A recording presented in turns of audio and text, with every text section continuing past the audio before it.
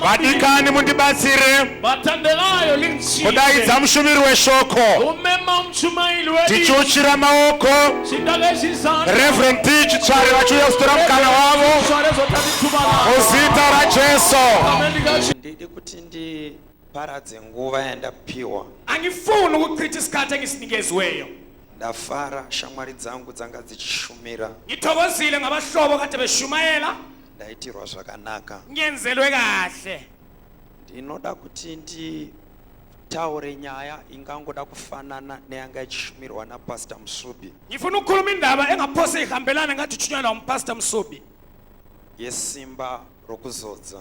Amandla okugcoba. Simba rezodzo. Amandla ogcobo. Ndarohwa nevanhu vakutaura nokuti takadzidza tose same class paBread of Life tose. Ngitshayela uvalo kuba safunda sonke kuBread of Life ndawonye. Saka paawobata nyaya dzangu ndati vakomana. Esethinta lezo ndaba bese ngithi madoda. Asi Mwari hapererwi. Kodwa umlimi ngacitshelwa. Kuti ndichichinja mari dzazvichaiti. Ukuba ngitshintsha intshumayelo hayi akwenzi. Daniel chapter 1 verse 8. uDaniel chapter 1 verse lika 8. Muverengi weizwi.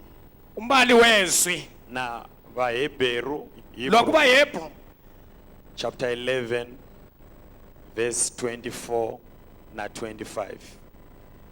Hebrews chapter 11 verse 24 na 25. Motanga na Daniel chapter 1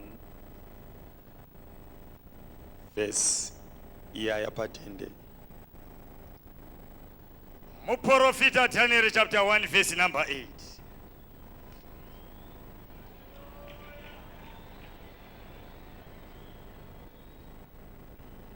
Asi Daniel wakazvisunga mumwoyo make kuti haangazvisvibisi nezvokudya zvamambo kana newaini yainwa.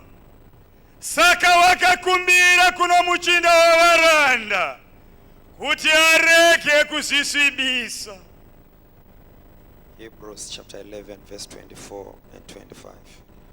Nokutenda Moses akura wakaramba kunzi mwana komana womukunda wa Farao, akati zviri nani kuitirwa zvakaipa pamwe chete navanhu vaMwari pakufarira zvivi nguva duku.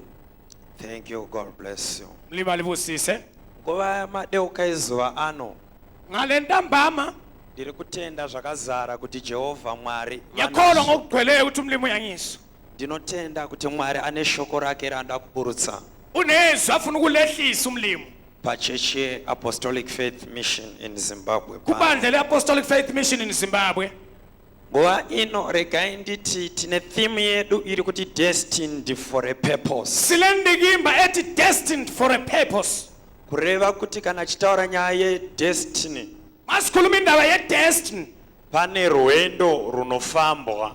Kunohambo luhanjwayo. Tichienda padestiny yacho. Sisiya kuleyo ndawo. Kusumuka kubva pamwe tine patakagadzirirwa kuti tisvike. Ikusukuma sisiya lapho esilungiselelwe ukuba sifike khona. Asi chiri kundiitira zvakanaka ndechekuti hatisi kungosvika padestiny, tiri kuenda zvine purpose. Sihamba kule njongo asifiki nje. Nokuti munhu unogona kungotaura ndiri kuenda kuHarare kungowayawayawo zvako. Uyakwanisa ukuthi ngeHarare uphonga ufika ngizulazule nje. Usina chauri kunyatsofambira. Ungena okujongileyo. Asi panapa chinangwa manje. Lapha inhloso achisi chako. Akuso yakho.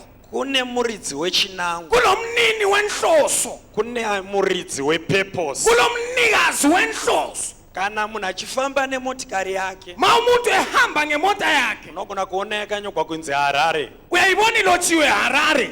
Iwe ukaona novanhu achiti mota iyi inoenda Harare. Wena ungabona watu sithi le mota yeHarare. But motikari ikashaya munhu mukati inoramba iri mota yakanzi Harare isingasviki Harare. Ingaswela abantu phakathi yabiyana to Harare ingafiki khona. Bana anofanira kudzika opinda mukati memotikari. Khona ofanele angene phakathi kwemota. Iye ndiye achaita kuti potential yemotikari inguyena ozayenza ukuthi ukwenelisa kwemotikari yokugona kupinda mu 120 180 ukungena ku-120 180 ibude pachena kuphumele msobala ende ndiyachaita kuti Harare kusvikike nemota ine chikwangwani. uyasayenza ukuthi le Harare kufika ngalo imoto lesikhonkwane. Pana ari kundidziwa zvandiri kuda kutaura pana ukhona ngizwayo ine ndifuna ukukhuluma. saka inotoda mumwe anopinda mairi ifuna loza ngena kuyona kuti Harare kusvikike ukuba kufikeke Harare. isu pano takasiyana nedzimotikari thina lapha sishiyene lezi mota tanzi destined for a purpose. sithiwe destined for a purpose. Tine mumwe watiri kuda kuti adzike apinde mumunhu silomunye sifuna ukuthi ayehla ngene emuntwini kuti potential iri mumunhu ukwenzela ukuthi uwenelise okusemuntwini yokugona kuita mashiripiti nokukwanisa aJehova. ukwenza izimanga zikaJehova. Potential ine AFM ipotential ele AFM yekuti haijairirwe namadhimoni kana nasatani ayelwa ngamadimoni lo Satani wakhona inoonekwa kwete nechikwangwani chakanzi AFM ayibonakali athi ngokubhala ukuthi AFM but akati ndinovaka kereke yangu pamusoro peruware kodwa wathi ngiyakha itempeli phezu kwedwala iyeye ngauye mukereke yakavaka tirege kugara mukereke isina muridzi yena lokho abuye esontweni ayakhe asingahlali esontweni elingelamninilo. airameni apa uthi ameni lapha kana ishe vangouya mayi uJehova engabuya zita evanhu akaenda padivi amabizo abantu ayeceleni rake rikaratidzwa elakhe lingabonakala mbiri ikanzi kuna Jehovha udumo luye kuJehova ukarega kurwa nashumba namuseya mwana dhure lo mthembo lo shumba vanoda kugara nzvimbo yomuridzi abafuna ukuhlala endaweni yomnikazi tikangoti Jesu panyanga singathi Jesu empondweni kwatinofanira kusvika tinosvika. sifanele ukufika khona siyafika. The devil is in trouble. uSathane uphakathi kodubo Pano ndaverenga nyaya lapha ngibala indaba agarai pasi mapostoli ayihlalani phansi mapostola ndaverenga nyaya ngibalisa indaba yemurume anonzi Mozisi yendoda okuthiwa nguMose. ndoda kubudisa Josefa muna Mozisi. ngifuna ukususa uJosefa kuMose. Mozisi anoberekwa uMose uyazalwa kuine chirevo chanzika nakwazozvarwa mukomana kulo mutsho othi makungazalwa indodana urayai vakomana ivavo bulalani lawo madodana. Mwari ndokutakurisa umwe mudzimai nomumwe murume wokwaRevhi mukomana. Umlimi wasenika omunye undoda lomunye umama ijaha. Tina Mwari anoti kana zvirevo zvatemwa silomlimi oti maimicho ingachiwa zvine chimwe chazviri kurambidza okulokunye okukwenqabelayo. iye anonakirwa Mwari wedu anonakirwa negakava nenharo umlimi wethu uthokoziswa yavanonzi Jehovha wehondo uthiwa kuJehova wezimpi. kana mangoti vakomana havachaberekwi mali ngathi abafana basazalwa mimba inotakurwa inotouya nomukomana umuntu uyazithwala umuntu omfana. pana ari kundinzwera khona yini ongizwayo kana mangoti hakuchadiwa mali vakomana ngathi akusafunakala amadodana unotoita anobereka mukomana ukhona ozithwalayo ngendodana. Satani rega zvako zvokurambidza rambidza Sathane yekela lokho kokuyalisa lokho kangova nechawada kurambidza kungaba khona okuyalisayo ocho toitika khona okwenzakalayo nekuti Mwari wedu haaenderani nezvinodiwa naSatani. ngoba umlimi wethu akahambelani lalokho ofunwa nguSathane. Satani akauya pana akati kala iyi iredi uSathane angabuya lapha athula umbala lo iredi Mwari vanoti iwhite umlimi wethu kumhlophe hapana paanowirirana naye akuna lapha abawelelana khona. akangoti iwhite shoko ravo rinochinjisa kala kutoita white ipapo ilizwi liyachinjisikala kube yi-white khona saka nhasi hakuna chakavimbiswa nedhimoni chinobudirira akulo akuthenjiswa lidimoni okuphumelelayo. andairamina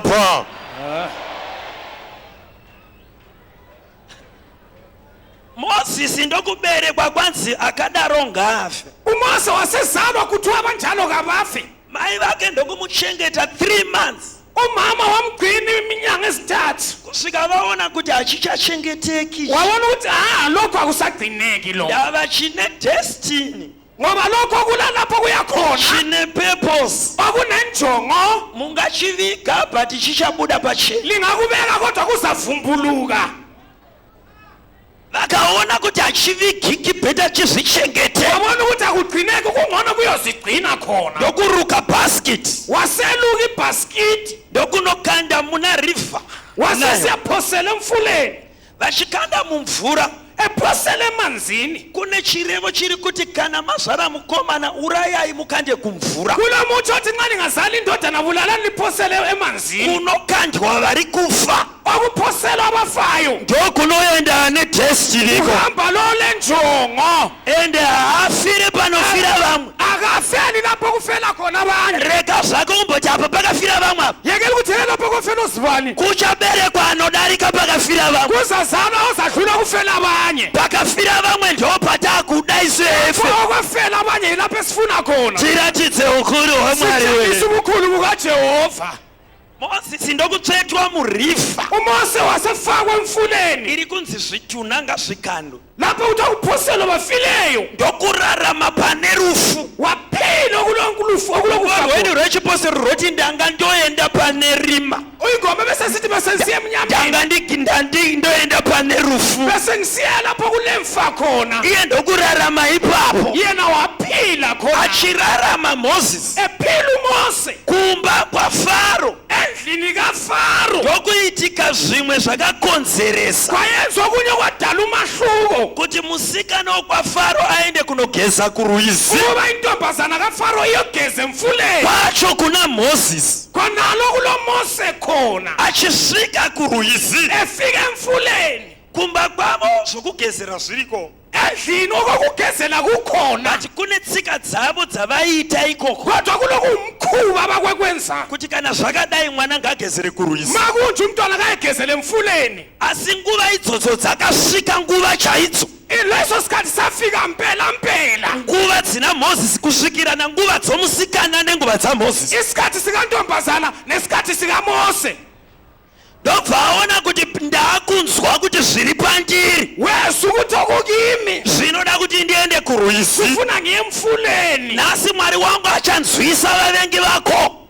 namlimi amuzazwisa izitha zakho kunzwa kungonzwa kutambira kwavasingazitambiri uzwa ukudlalela lapho abangasake badlalele khona achanzwa kungonzwa kuda kungotambira kwavasingasisviki udlalela lapho abangasake bafike khona kuchaitika zvichavatuma kuenda kwauriwe izakala ukubathuma ukubuya kuwe ngangariende kuamerica kune vakaenda vakarova vakasakurangarira babalova bengakubulalanga vatange kungonzwa ukuzwa lokuzwa kungoda kutaura nezvezita rako sezvisati yapera nawe painonoperera poiphela vhiza rako rinotouyawo ivisa liyeza painonoperera lapho iphela school fees yako inobhadharika siyabhadalwa painoperera poiphela motikari yako inotumirwa kota yakho yathunyezwa painoperera poliphela mari yako iri kuuya yakho yesa mari ngakonzerese vanhu kunzwa kungonzwa adalisa abantu ngakuite rimwe jaya roda kuchata kakuyenzela inye ijaha ringonzwa ukuzwa lokuzwa kungonakirwa nefesi yako ukuthathelwa ngazwe kungonzwa ukuzwa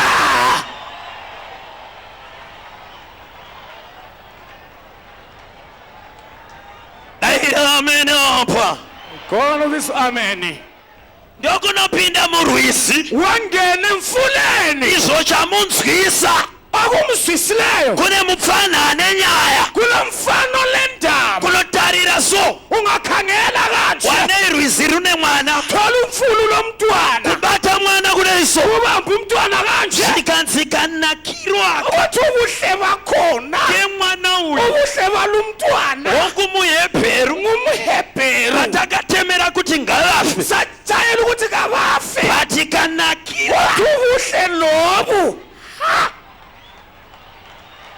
haafi uyu nakafi mozisi ndokutorwa kuendwa naye kumba umose wathathwa wayiswa endlini vari parwizi apo emfuleni lapha mugwenzi maiva namiri miriemu kakavandira umiriemu uqalele kachiona zvinoitika kuna ebheka mozisi kwenzakalayo kumfana umose umiriemu ndokubva kamhanya padhuze wagijimela eduzane kati tione manhonga mwana uthi awutophi umntwana munona here anomwisa ufuna yini ozamunyisa zvikanzi hongu tinoda anomwisa wathiwa sifuna omunyisayo ende mazuva yawo hazvibvunzwi akubuzwa ngalokho kuti anomwisa munomuwanepi uthi omunyisa uzomthatha ndava kuphi kuvahebheru kuba yebheru ndokwamakati azvara ngaurayirwe mwana kulapho esithawuzazalwa kabulawe lendodana saka mukaka ijaku chichi ukhakho kuna madzimai akatozvimba namazavo amavele so ari kushayawo kumwisa aswele ukuthi amunyise bozi miriamu ndokuenda kuna amai chaivo chaivo waya kumama uqobo mira ndimborova pana amai chaivo chaivo kumama uqobo ane destiny hanwi mazamu ese ole destiny akamunye ane destiny hanwi kumaraini ole destiny akamunye ane destiny haende kumakwato ole destiny kakwani ane destiny anonwa kuna amai chaivo chaivo kumama uqobo taramba yuthi inongonwa zvese zvese natha konke